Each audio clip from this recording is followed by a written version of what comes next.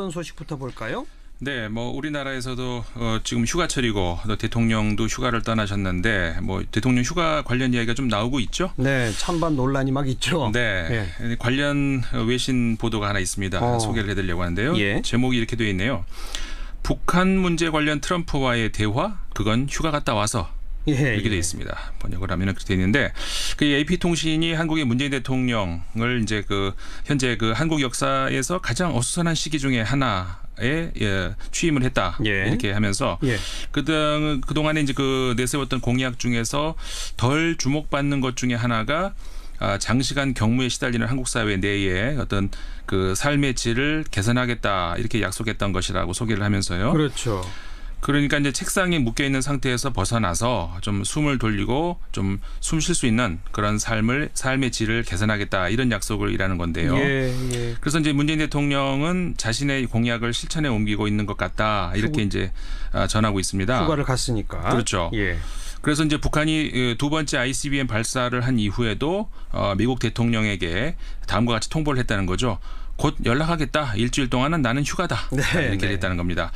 그래서 AP통신은 전 세계 최대 위기로 일컬어지고 있고 또 확실히 한국에서는 뭐 최대 위기인 와중에도 취임한 지 비교적 얼마 되지 않은 문재인 대통령이 내린 결정으로서 좀 특이해 보일 수도 있겠다. 이렇게 전제를 하면서 하지만 이 같은 문 대통령의 행보는 쉬어가는 것이 경제는 물론이거니와 청와대 업무를 할지라도 이런 업무에 사실상 도움이 될 수 있음을 한국인들에게 보여주는 문 대통령의 노력에 정확히 부합하고 있다 이렇게 평가를 하고 있는 겁니다. 그래서 이제 조금 읽어드리면은 이렇게 돼 있습니다. 그러니까는 과거 패러다임하고 좀 비교를 하는 것 같은데 박 전 대통령의 부친인 박정희 전 대통령은 전쟁으로 폐허가 된 뒤에 1960년대, 70년대 경제 성장을 주도했으며 당시 장시간 근무하면서 가족과의 시간을 희생시키는 것은 국가의 성공을 위한 필요한 것으로 간주가 됐었다. 60, 70년대. 네. 미국에서는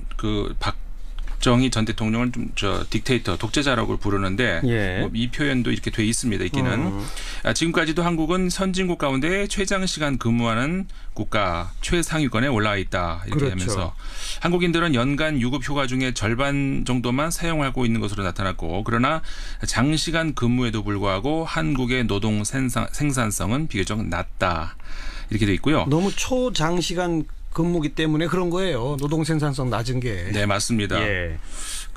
사고 방식이 바뀌고는 있다고는 이제 AP통신에서 보고 있는데 여전히 상사보다 먼저 퇴근하는 것이 많은 이들에게 터부시 되고 있다. 이렇게 표현을 하면서 다만 또 이런 의문을 제기했습니다. 문재인 대통령의 이번 휴가가 정말 휴가인가 의문을 제기하고 있는데요. 왜요? 그 이유가 이렇습니다. 문 대통령의 경우에 먼 열대지방의 섬으로 가지도 않았다. 문 대통령이 선택한 휴가지가 군이 운영하는 휴가시설로 북한에 도발이 있을 시 이곳에서 전화로 당국자들과 소통하고 보고를 받을 수 있다는 것이 청와대 측의 설명인데 따라서 문재인 대통령은 다른 많은 한국인들과 마찬가지로 휴가를 가면서 일도 가져간 것이다. 이렇게 돼 있네요. 그러네요. 그러니까 대통령이 솔선수범해서 휴가를 가고 연차 휴가 다 쓰겠다. 이건 칭찬받아야 되는데 진짜 쉬어라. 그렇게 일 가져가서 쉬는 거는 조금 문제 아니냐. 그렇죠. 거기까지 꼬집은 거군요. 좀 한계가 있다. 기왕 쉬는 김에 더 쉬었으면은 일반 직장인들도 좀 본받을 텐데. 알겠습니다. 다음 소식은요? 이것도 국내에 소개가 됐었죠. 어제 보도가 됐던 것으로 아는데 이런 말이 있죠. 전쟁이 나면 죽어도 그들이 죽지 우리가 죽는 게 아니다. 이거 트럼프가 했다는 말 그거죠? 그렇죠. 이게 그러니까 지난 1일이었었죠. 미국의 사우스캐롤라이나 출신이죠. 린지 그레이엄 상원 의원이 미국의 NBC 방송 투데이쇼라는 방송인데 거기 나와서 진행자 매트 라우하고는 대화 중에 한 말입니다. 아마 우리 청취자분들 중에서 이 보도를 접하면서 귀를 의심한 분들 많이 계셨을 거라고 생각되는데 맞아요. 이거 혹시 편집이 소위 말해서 악마의 편집 그 결과 아닌가 이런 분들이 있을 수 있을 것 같아서 이게 어떻게 나온 말인지 소개를 해드리려고 합니다. 그럼 전부를 좀 한번 소개해 주세요. 그레이엄 상원 의원이 이렇게 말을 했습니다. 북한의 김정일이 변하지 않는 한 미국 대통령은 한반도 지역 안정과 미국 본토 이 둘 중에서 하나를 선택을 해야 되는 시점에 올 수 있다. 그렇게 된다면 전쟁은 불가피하다. 전쟁이 난다면 그것은 거기서 벌어질 일이지. 그리고 죽어도 수천 명이 죽더라도 거기서 죽지 여기서 죽는 건 아니다. 이렇게 거기서라는 건 한반도를 말하는 거죠. 그렇죠. 예. 물론 거기서 코리아라고 표현을 하지 않고 over there라고 했어요. 근데 예. 어쨌든 문맥상 분명히 거기를 그렇죠. 얘기하는 거죠. 그러면서 또 이렇게 얘기를 했습니다. 그가 바로 내 면전에서 그렇게 얘기를 했다. 이렇게 말을 했거든요. 여기서 그러니까 영어로 he가 누구냐. 이름은 얘기하지 않았습니다만 문맥상으로 이거는 이렇게 생각을 하는 것은 자기 자신이 아니라 트럼프 대통령이었음을 분명하게 이제 밝힌 거죠. 예. 근데 문제는 이 트럼프 대통령의 이런 생각이 여과 없이 그대로 드러나고 있고 또 실언이 아니라는 게 확실하다는 것이 이렇게 얘기를 했거든요. 또 이어서 말씀을 드리면은 대통령이 진지하게 이야기를 했으며 지금 대통령이라고 나왔지 않습니까? 그렇죠. 중국은 이 말을 믿어야 된다. 이렇게 표현했어요. 그러니까 다시 말해서 중국을 향해서 조언까지 했다는 거죠. 아하. 이게 실언이 아니라는 겁니다. 예. 그리고 그 발언이 이제 방송을 타고 나갔죠. 우리나라뿐만 아니라 미국에서도 굉장히 이제 많이 좀 이렇게 회자가 됐습니다. 네네. 그래서 백악관이 그 다음에 기회가 있었음에도 불구하고 해명 기회가 있었습니다. 충분히. 근데 트럼프 대통령이 그런 말 한 적이 없다라든가 무슨 뭐 와전됐다든가 그런 부인도 하지 않았고 해명도 하지 않았다는 거죠. 그럼 진짜 이런 말을 했다는 거군요. 그렇죠. 그렇게 믿을 수밖에 없지 않겠습니까? 예. 문제는 이 그레이엄 의원의 전언대로 트럼프 대통령이 이 말을 정말 이렇게 진지하게 그렇게 했는지 몰라도 사실상 아무도 이 진지하게 듣는 이가 없다는 데 문제가 있다는 거죠. 진지하게 듣는 사람이 없다는 게 무슨 뜻이죠?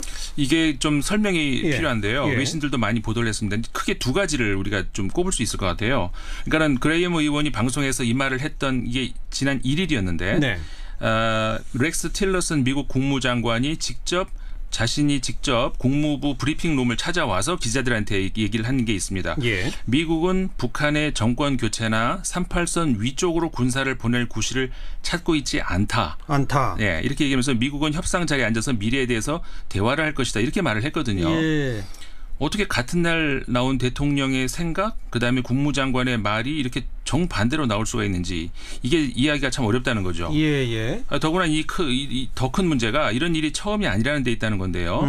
이렇게 정제되지 않고 조율되지 않은 말들이 나오면서 정작 미치광이는 김정은이 아니라 트럼프가 아니냐 이런 말이 나올 정도로까지라거든요. 이게 뭐 제가 지어낸 말이 물론 아니고요. 예. 그 지난 2일 그러니까 어제였죠. 미국의 한 언론인이 이런 그 트럼프 대통령의 행태에 대해서 닉슨 대통령의 미치광이 이론을 수용한 것일 수 있다. 이렇게 이제 평가를 했어요. 닉슨의 미치광이 이론이 뭐예요? 그러니까 이게 영어로 그대로 Madman Theory라는 건데요. 이게 뭐냐면은 과거 닉슨 대통령이 공산권 국가들의 지도자들이 자신을 그러니까 닉슨 대통령을 비합리적이고 다혈질적인 성격을 가진 사람이다 하고 이렇게 믿게 만들면서 그들이 미국을 함부로 대하지 못하게 하려는 그런 전략이라는 거죠. 아하. 그러니까 이게 과거 미국이 실제로 그 베트남 전쟁에서도 그렇고요. 그 소련을 대할 때도 그렇고 이 전략을 사용을 했고요. 예. 또 이 최근에 한 연구에 따르면은 닉슨 대통령은 과거 한국 전쟁 당시에 그 말미였죠. 그 아이젠하워 대통령의 경우를 보면서 이 이론에 도달했다. 이런 연구 결과까지 나오고 있거든요. 예. 그러니까는 결국 미국이 자주 그 북한에 대해서 뭐 아주 진지하게 미치광이라는 말을 그 라벨을 자주 붙이지 않습니까? 예. 그런 배경에는 실제 미국이 이런 미치광이 전략을 가지고 있기 때문이라 이런 평가가 가능하다는 거죠. 네. 그러니까 트럼프 대통령이 오히려 미치광이일 수 있다. 네. 닉슨이 했던 것처럼 자기를 매우 예측 불가능한 사람으로 만들므로써 그렇죠. 북한을 꼼짝 못하게 하려는 전략이다. 실제로 이론화했다는 거죠, 이거를. 그런데 그거야말로 60, 70년대 냉전 시대 발상이잖아요. 그러니까요. 그게 아직도 미국 외교가에서 거론이 돼요? 그러니까 그 미치광이 이론이 미국 언론들이 이 트럼프 현상을 분석을 할 때 종종 사용되던 그런 이론이거든요. 그러니까 지금 처음 나온 게 아니고 지난 2월 23일에도 워싱턴 포스트가 관련 기사를 낸 적이 있었고요. 군주론으로 유명한 마키아벨리 있지 않습니까? 마키아벨리가 그의 또 다른 저서 로마사 논고 여기서 이런 말을 했었죠. 때로는 미친 척하는 것이 아주 현명할 때가 있다. 이런 말을 했었는데 그러니까 정치라는 것을 이제 과거의 그 도덕적인 당위성에 근거하지 않고 정치학적으로 이렇게 분석했던 첫 사상가라는 점에서 이제 마키아벨리가 가치가 있지 않습니까? 그렇죠. 근데 트럼프의 경우는 이 마키아벨리 이론의 근거에 봐도 요즘 말로 좀 우프다라는 표현이 있는데요. 그러니까 웃음이 나오는데 슬프다. 좀 맞지 않는 경우라는 거죠. 그러니까 지난 7월 31일자인데요. 워싱턴 포스트지에 폴 발트만이라는 그 언론인의 논평이 실렸는데 역시 그 마키아벨리 이론에서 근거해서 이제 트럼프 현상을 보고 있습니다. 이렇게 말을 합니다. 지도자는 백성들에게 사랑과 공포의 대상이 되는 것이 좋지만 둘 중 하나만 선택을 하라면은 공포에 기대는 것이 낫다. 그러니까는 마키아벨리가 한 얘기를 이제 인용을 한 건데 트럼프 대통령은 분명 이 노선을 취하려고 하며 정책, 정치, 관리 위기 차원에서 심기를 거스르면은 누구에게라도 위협을 남발한다. 위협만 남발한 게 아니라 막 자르잖아요. 그렇죠. 충성하라고 풍충성 맹생하라고 하고 하지만 문제는 이런 트럼프를 아무도 두려워하지 않는다. 그게 웃픈 거군요. 그렇죠.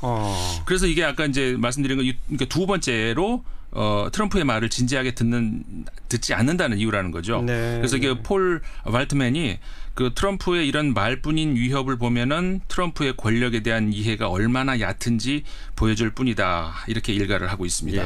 이런 평가가 뭐 미국 언론만의 것이 아니죠. 유럽에서도 트럼프에 대해서는 대단히 안 좋은 반응이 대부분이죠. 네, 그렇죠. 유럽 언론들도 최근 그 동아시아 우리 그 동북아시아 위기에 대해서 좀 굉장히 깊은 관심을 보이고 있는데요. 이것도 최근 8월 1일입니다. 8월 1일 독일의 한 중견 언론인인데 아흐노 위드만이라고 하는 언론인이 그 베를리너 자이퉁지에 쓴 그 기고문인데요. 이렇게 돼 있습니다. 이 세상에 일어나는 모든 그 복잡한 일들은 7개 나라와 관련이 돼 있다. 이렇게 표현하는데 이 얼핏 보면은 G7으로 들리지 않습니까? 근데 G7이 아니고 여기서 말하는 7개 나라는 것이 한국, 북한, 중국, 대만, 일본, 미국, 러시아. 이렇게 7개 나라. 그러니까는 좀 전부 극동아시아에 있는 나라네요. 이 뭐 좀 심각한 문제다 싶으면은 전부 이 7개 나라와 관련이 된다라는 뭐 주관적인 평가일 수 있습니다만 어쨌든 이렇게 얘기를 하면서 하지만 미국의 대북 정책에 있어서는 대부분의 언론들이 이제 무능을 질책하는 그런 비판이 대부분인데요. 이 글도 마찬가지입니다. 여기서 이제 이렇게 아흐노 그 위드만이 이렇게 얘기를 하고 있습니다. 그 트럼프 대통령은 그 전임자들과 마찬가지로 북한 문제를 전혀 해결하지 못하고 있다. 이렇게 지적을 했고요. 그리고 또 다른 기사입니다. 이 7월 31일자 역시 독일의 신문인데요. 프랑크푸르트 알게메이너 자이퉁지라는 신문입니다. 제목이 침묵이 금이다. 우리도 많이 이제 금언으로 알려져 있지 않습니까? 침묵이 금이다. 네. 이런 제목의 칼럼에서 최근에 북한에 대한 중국의 태도를 비난할 만한 좋은 이유들은 많이 있다. 하지만 여기서 어떤 변화를 꾀하고자 한다면은 미국 대통령처럼 하면 안 된다. 이렇게 지적을 한 거죠. 침묵이 왜 금이에요, 근데? 그러니까는 한마디로 얘기하면 그 트럼프 대통령이 쓸데없는 말이 많다는 얘기인데요. 중국에 대해서 막 비판하고 하는 이런 말들. 그렇죠. 그리고 이제 아까도 말씀드린 것처럼 정제되지 않은 말들 너무 남발하는. 그러니까 그걸 좀 설명을 해드리면은 이렇습니다. 그러니까 최근 북한의 도발에 대해서 이제 중국이 아무것도 하지 않고 있다 이렇게 트럼프 대통령이 비난을 하지 않았습니까? 계속 비난하죠. 트위터를 통해 가지고 하고 또 거기에 대해서 중국은 미국에 대해서 이렇게 얘기하죠. 자기들이 운전대에 앉아서 진흙탕에 빠진 차를 중국도로 뒤에서 밀으라 그런다. 이렇게 그 환구시보에서 비난을 한 바가 있었는데 최근에 있었는데 이런 상황을 놓고 이제 독일의 아까 그 프랑크푸르트 알게메이너 자이퉁지가 이제 지적을 한 건데요. 이 신문은 이렇게 지적을 합니다. 트럼프 대통령이 중국이 북한 문제에 있어서 미국을 위해서 아무것도 하지 않은 것에 대해서 진심으로 격앙된 반응을 보였다. 이렇게 얘기하면서 트럼프 대통령은 다른 국가들이 그러듯이 자신의 그러니까 미국의 이해관계를 쫓고 있는데 이런 이해관계가 현재 한국의 갈등 완화를 위해서 매우 적은 아니면은 적어도 아무런 기여들을 하지 않고 있다는 것은 안타깝지만 사실이다. 이렇게 지적을 하면서 그 트럼프 대통령이 북한 문제를 근본적으로 해결하고 싶다면은 중국을 향해서 명령적으로 트윗에다 이렇게 쓰지 말고 중국 정부에 직접 전화를 해라.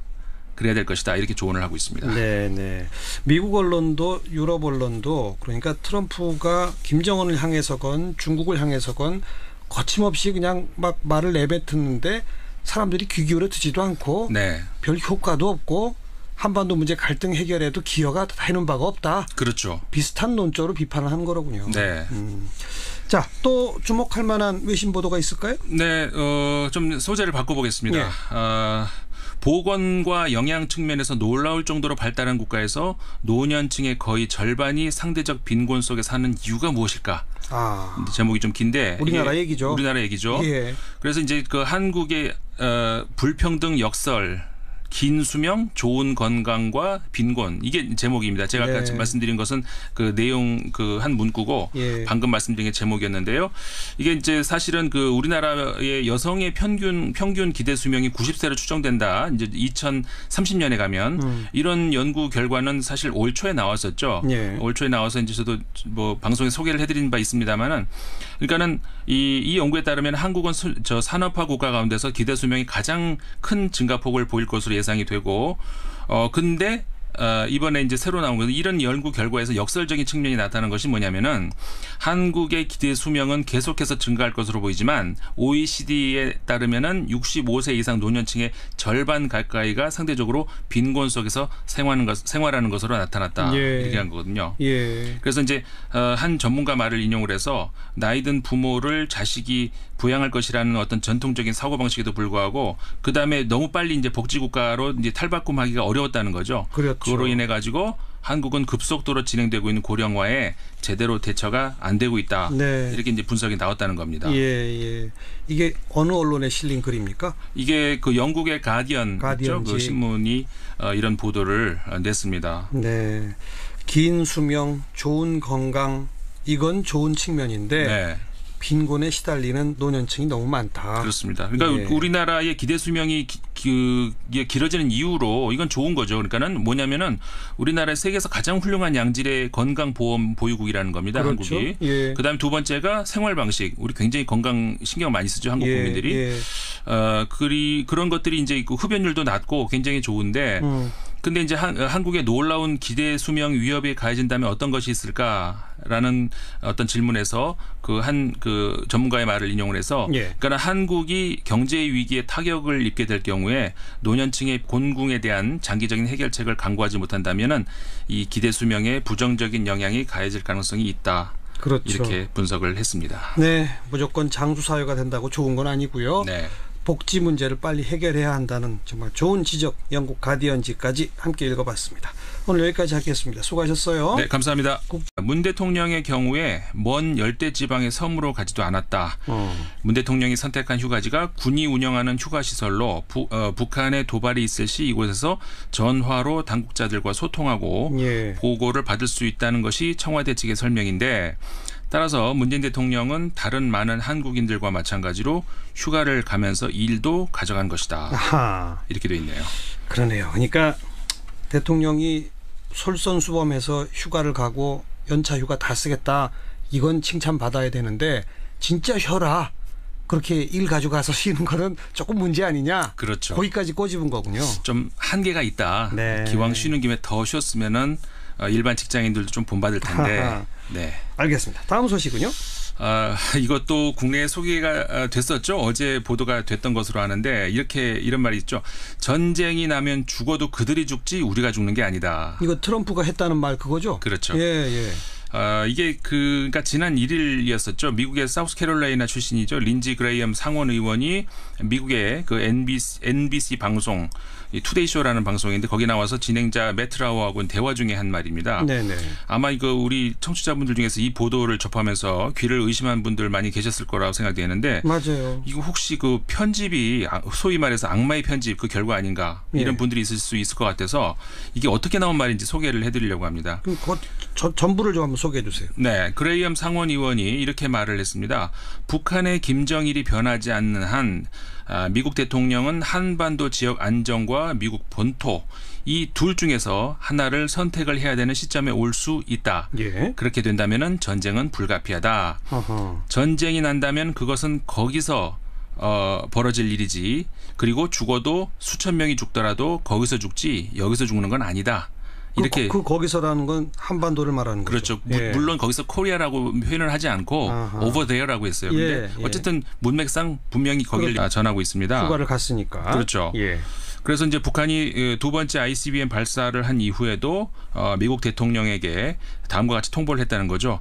곧 연락하겠다. 일주일 동안은 나는 휴가다. 네, 이렇게 네. 됐다는 겁니다. 예. 그래서 그 AP통신은 전 세계 최대 위기로 일컬어지고 있고 또 확실히 한국에서는 뭐 최대 위기인 와중에도 취임한 지 비교적 얼마 되지 않은 문재인 대통령이 내린 결정으로서 좀 특이해 보일 수도 있겠다. 이렇게 전제를 하면서 예. 하지만 이 같은 문 대통령의 행보는 쉬어가는 것이 경제는 물론이거니와 업무 청와대 업무를 할지라도 이런 업무에 사실상 도움이 될 수 있음을 한국인들에게 보여주는 그 문 대통령의 노력에 정확히 부합하고 있다 이렇게 평가를 하고 있는 겁니다. 네, 네. 그래서 이제 조금 읽어드리면은 이렇게 돼 있습니다. 그러니까는 과거 패러다임하고 좀 비교를 하는 것 같은데 예. 박 전 대통령의 부친인 그 박정희 전 대통령은 전쟁으로 폐허가 된 뒤에 1960년대, 70년대 경제 성장을 주도했으며 당시 어떤 소식부터 볼까요? 네, 뭐 우리나라에서도 지금 휴가철이고 또 대통령도 휴가를 떠나셨는데 뭐 대통령 휴가 관련 이야기가 좀 나오고 있죠. 네, 찬반 논란이 막 있죠. 네, 관련 외신 보도가 하나 있습니다. 소개를 해드리려고 하는데요. 예. 제목이 이렇게 되어 있네요. 북한 문제 관련 트럼프와의 대화, 그건 휴가 갔다 와서. 이렇게 되어 있습니다. 번역을 하면 그렇게 되어 있는데 그 AP통신이 한국의 문재인 대통령을 이제 그 현재 그 한국 역사에서 가장 어수선한 시기 중에 하나에 취임을 했다 이렇게 하면서 그동안에 이제 그 내세웠던 공약 중에서 덜 주목받는 것 중에 하나가 장시간 경무에 시달리는 한국 사회 내에 어떤 그 삶의 질을 개선하겠다 이렇게 약속했던 것이라고 소개를 하면서요. 그렇죠. 그러니까 이제 책상에 묶여 있는 상태에서 벗어나서 좀 숨을 돌리고 좀 숨 쉴 수 있는 그런 삶의 질을 개선하겠다 이런 약속을 일하는 건데요. 예. 그래서 이제 문재인 대통령은 자신의 공약을 실천에 옮기고 있는 것 같다. 이렇게 이제 시간 근무하면서 가족과의 시간을 희생시키는 것은 국가의 성공을 위한 필요한 것으로 간주가 됐었다. 60, 70년대. 네. 예. 미국에서는 그 박정희 전 대통령을 좀 딕테이터, 독재자라고 부르는데 뭐 이 표현도 이렇게 돼 있습니다. 있기는. 지금까지도 한국은 선진국 가운데 최장시간 근무하는 국가 최상위권에 올라와 있다. 이렇게 하면서 한국인들은 연간 유급 휴가 중에 절반 정도만 사용하고 있는 것으로 나타났고 그러나 장시간 근무에도 불구하고 한국의 노동 생산성은 비교적 낮다. 이렇게 돼 있고요. 너무 초장시간 근무기 때문에 그런 거예요. 노동 생산성 낮은 게. 네, 맞습니다. 그 사고 방식이 바뀌고는 있다고는 이제 그 AP통신에서 보고 있는데 여전히 상사보다 먼저 퇴근하는 것이 많은 이들에게 터부시되고 있다. 이렇게 표현을 하면서 다만 또 이런 의문을 제기했습니다. 문재인 대통령의 휴가가 이번 휴가가 정말 휴가인가 의문을 제기하고 있는데요. 왜요? 그 이유가 이렇습니다.